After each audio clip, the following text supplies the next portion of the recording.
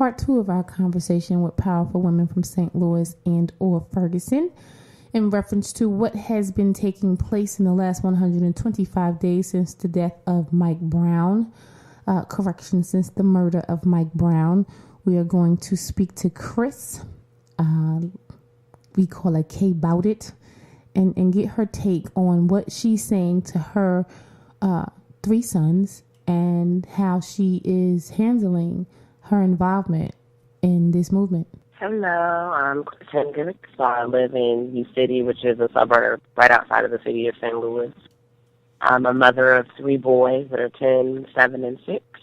And I'm overall just active here in the community, St. Louis, specifically University City, but St. Louis at large. Okay, so how did you get involved in, well, of course you're already active, but once you heard about Mike Brown's death, what caused you to jump and head to Ferguson and connect with individuals there? Well, I went to high school with his mother, Leslie McSpadden. We graduated together from Ladue High School in 1998. Mm-hmm. And once I realized that, it probably just hit home a little more than anything because, you know, having gone to high school with her and just finding that out. Well, whatever the media said about him, this young man was headed to college, and I definitely would like to think that that's where my boys are going. And I wouldn't want to see this happen to, I mean, even though I feel Mike Brown is like my son, I wouldn't want this to happen to those that I gave birth to. So I want to get involved before it comes to that point.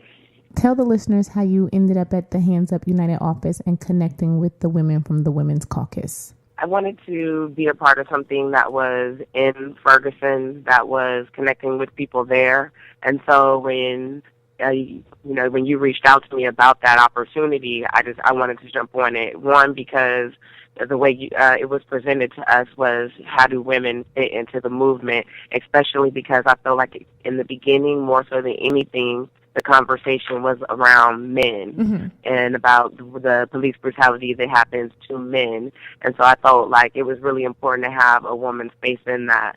One, because no matter what, we give birth to the babies who grow to be men, and police brutality is not only affecting men, that's probably what you see most often on television, but there are a countless number of women who have been affected by this too. So I felt like it was so important that we had that space offered to women to be able to, get together, to meet, to talk about everything, to prove wrong everyone that says that women, and especially women of color, can't come together and create something beautiful. That's incredible. And what can you say came out of that group? Because I know, but the individuals listening don't. What can you share? Because it would be great to be able to duplicate that in other places. Right now, one of the things that we're working on is the Naughty and Nice list for Christmas shopping. One thing that we did last weekend, we had the kids make these little cards that we helped out with that say nice on it. We're going to take those to different businesses and ask them if they would like to display them. And so that'll show people in the community that, yes, this is a business that is down for social justice, that's down for the movement. And so it will be definitely, we're going to go to minority and black-owned businesses, but we're also going to talk to businesses that are owned by allies that have made it a conscious decision to support the social justice movements. So that's one of the things that we're working on right here in St. Louis. And I have a few businesses in the loop which is on Del Mar and a really nice, vibrant cultural district in University City mm-hmm. that are interested in, having a card and showing people that they are down for the movement. Just being able to get people to, I want to say, wake up is inspiring, because there are so many people who say, well, it doesn't affect me. That's not reflective of what's happening in my neighborhood or in my family. And so they kind of missed the mark. I think I read something today where a woman, it hit her, the realization of the world we live in, sitting in traffic right. once someone had laid down and blocked her ability to move freely. And she started to see things from our perspective. And so I think that's important that we push that agenda. If you don't mind me asking, in all the work that you're doing for the community, what are you telling your children? What are you saying to your sons? Because to me, if you're going to be a part of a movement, it's a family decision. Your family, your husband, your boyfriend, your mother, you know, like people have to be engaged if you're all in the same house. So what are you telling your sons? I pretty much tell them anything that they want to know, any questions that they have. I try to make it as age appropriate as possible, although my boys have a level of understanding of this world that I don't typically see in elementary school age children. But I pretty much tell them that, you know, anything, if we're watching the news together, I'll explain the story to them. I'll explain the movement. I'll explain, you know, like they'll hear different chants and not necessarily understand exactly what it means when we're saying some of the things that we're saying. So I'll just break it down to them. I feel like children are so much smarter than a lot of times you give them credit for. And so many people spend so much time trying to either hide or, you know, keep certain ideas away from children. But, I mean, even if they're not going to get it from you, they're going to get it from the world. So one of the things I talk to my boys about is, you know, like a lot of people want to say, okay, well, if you're harassed by the police, then you need to do this. But I like to tell my boys that first and foremost, you do have the right to defend yourself in any way that you deem necessary. Now, as a child, you know, you want to try to protect yourself as best as possible and stay out of trouble. And I would prefer that, if at all possible, you come to me and let me handle it with an adult. But you still have the right to defend yourself, and you can't let anybody, you know, intimidate you or try to take your life and you not defend yourself. I also tell my sons that, you know, that just because they inhabit these black and brown bodies does not mean that they need to limit themselves to anything. Another thing I try to tell them is that no matter how educated or how smart or, you know, whatever, they still see you as a black person and therefore could consider you a threat. One thing that we definitely try to cover as a family is, to me, it's more important that you get into entrepreneurship or put yourself in a position to provide for yourself where you don't necessarily have to work for someone, right, that you can provide that for the community. To me, that's way more important than getting a great education and then going to work for somebody else, you know, and that whatever you do in life, make sure that you give back to your people. Don't say and make millions of dollars and then you're not giving back to your community. Right. You know, I also try to teach them, you know, to be humble and to live below your means, because you can have a great house with your millions of dollars and still have millions and millions and millions left over to invest in your community. Mm-hmm. And to me, that's most important, is that they're thinking along those aspects. One of the other things that we're really on right now is the hashtag Cancel Christmas, because I explained to them with the death of Mike Brown and Eric Garner and Kashmir Powell and Vondaire Myers and countless other young black men and women who have died at the hands of our government or have died at the hands of the streets. They're not getting to spend Christmas with their families. They're not getting all these presents. So we're going to take a break from that. And I thought that they were just going to lose it and be all upset and like, why aren't we getting these presents? But they took it so well. They were just like, okay, Christmas is canceled. Yeah, what are we doing next? It was so funny when Malik first said it, and then he put a picture of the Grinch out, right? And he tweeted it. And he got so much backlash from it initially. Like we were completely amazed that individuals were on there like, these idiots are saying cancel Christmas, and people are already people in St. Louis are already shopping, or the one white woman said Ferguson residents have already done their Christmas shopping. And I was like, well, I can't tell, because when they do those die-ins, people were still trying to get in and couldn't. They shut shit down. They shut it down.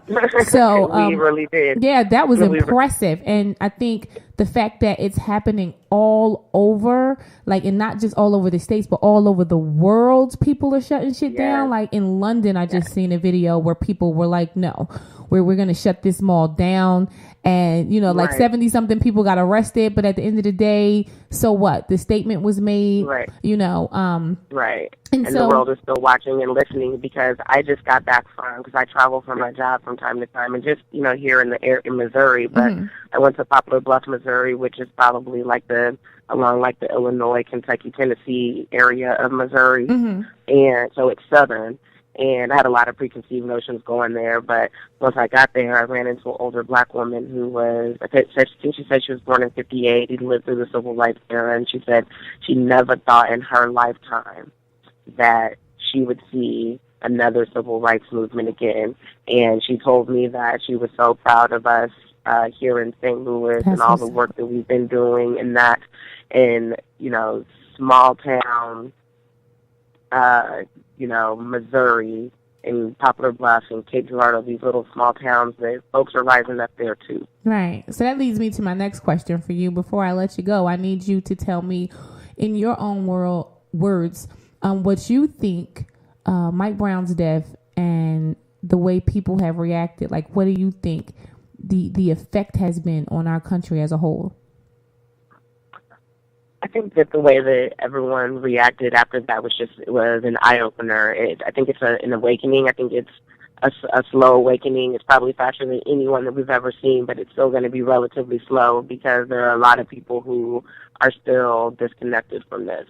However, every single day that passes, more and more people get connected, more and more people rise up, and I just think that it's a continuation of the uprisings that have been happening all over the world. When you had the Arab Spring and the stuff that's going on in Palestine, and so now you have that here, and it started in middle America in St. Louis, where people decided to rise up. I think one of the biggest statements is that it made it yesterday. I think there was a newspaper article out that China said, how can the United States say anything about any other human rights abuses when they have racial issues going on at home? And to me, if they get the rest of the world up to how abusive and brutal that this country truly is its own citizens, to its original. Some of it, we weren't considered citizens, but still we were some of the original inhabitants here, and they have treated us so brutally for so long and tried to cover up, and now the cat is out of the bag, and it's up to us to make sure that she never goes back in. There you go. That's it. That it never goes back in. And I mean, like in reference to the world watching, we made a connection with individuals in Brazil where 83 black people die a day. So when you think about that number, that's 30,295 young black people that die a year in this country. And you're just in awe because you're thinking, well, every 28 hours, and then you get 83 a day, and their connection, like right now they're planning, well, it has been planned. There's a meeting on December 18th where the discussion is Ferguson. Their meeting is based on the fact that their fight is our fight. And so when you hear people say Ferguson is everywhere, there's a Ferguson everywhere, that is truth. That is truth in those words. That's truth to light. And so as long as we don't give up on this fight, I think we're going to win. I really do. I think this time, the young people are so, they're so in it. And then the fact that they're more fearless than, than any one of us have ever been. I feel like to a certain extent especially my friend called it the assimilated blacks, the overly assimilated blacks, where, we had just gotten so comfortable in status quo, and I got, my nice little middle class house and the little cars, and I got these nice clothes, and I'm so comfortable with and this I think stuff, I made and, it, and then when you really look around and you see what's really out there, and you realize that you're, $40,000 a year ain't really nothing, and your little needs are, it's crumbs. Exactly. It's crumbs. And we've been so happy with crumbs, we didn't realize we were still hungry. And these kids are hungry, and they don't want crumbs. They want what's due to them, what they're owed in this life, what they were born to have. Period. And they deserve that. And I say continuously, it isn't about being equal to our oppressor. It's about being who we are and not having to have to die for it. So that to me, like, that has to be the message. Like, I'm not trying to be you. I don't want your life and your responsibility and your privilege. I want to be who I am and not have to worry about dying because of it. And so I think if you push that message, like, this is just as much my world as it is yours, whether you accept it or not. I'm not coming into just dying from it. I don't want you to come into my neighborhood and take what is mine. Exactly, because we aren't coming into yours and doing that. we aren't going into these white nice neighborhoods and killing their children, you know. And so I think we are finally at a place where we're being extremely honest, not just with one another, but with everyone. And I think that's what put the spotlight on it. And it's our job to make sure that it doesn't dim. Like, that's important. Exactly. So I appreciate you so much for taking out the time. I send my love to your family and the sisters in St. Louis. And I will see you all when I get back down there, which will be relatively quickly, because we still got work to do. Not just there, but everywhere. And we're trying to touch people everywhere. So thank you so much. I think here too, New Year's Eve, there might be some like really big celebration that goes on in St. Louis for the 250th anniversary. And if that's the case, then it needs to get shut down. I was about to say, how do we shut that shit down? Well, that's what we got to work on. All right, let's get to work. Thank you, Kris. I'll talk to you soon. Yes, ma'am. Thank you. Bye-bye. You've got to ask yourself one question. Do you know who you're listening to? Punk? Well, do ya? THC Radio. Shit just got real.